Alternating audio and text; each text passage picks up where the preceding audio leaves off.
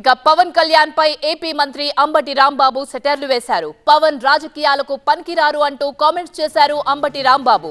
పవన్ ఎప్పుడు అనారోగ్యంతోనే ఉంటారు, పూలు చల్లొద్దని, గజమాలలు వద్దని జనసేన లేఖ విడుదల చేయడం విడ్డూరంగా ఉందన్నారు అంబటి. జగన్ రాళ్లను కూడా పూలలా స్వీకరిస్తున్నారన్నారు అంబటి. పవన్ పూలను రాళ్లలా భావిస్తున్నారంటూ కామెంట్ చేశారు అంబటి.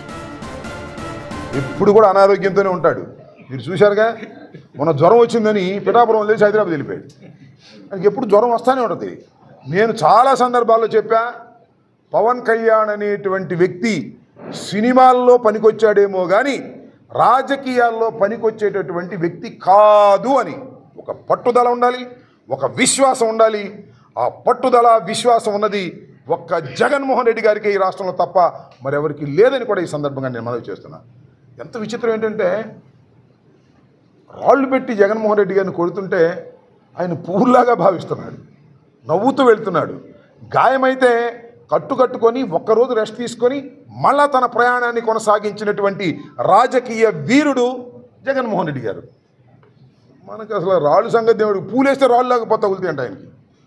చిత్రమైన విషయం, పూలేది వద్దు అవి రాళ్ళు అవుతాయి అనేటువంటి పరిస్థితుల్లోకి వచ్చారు.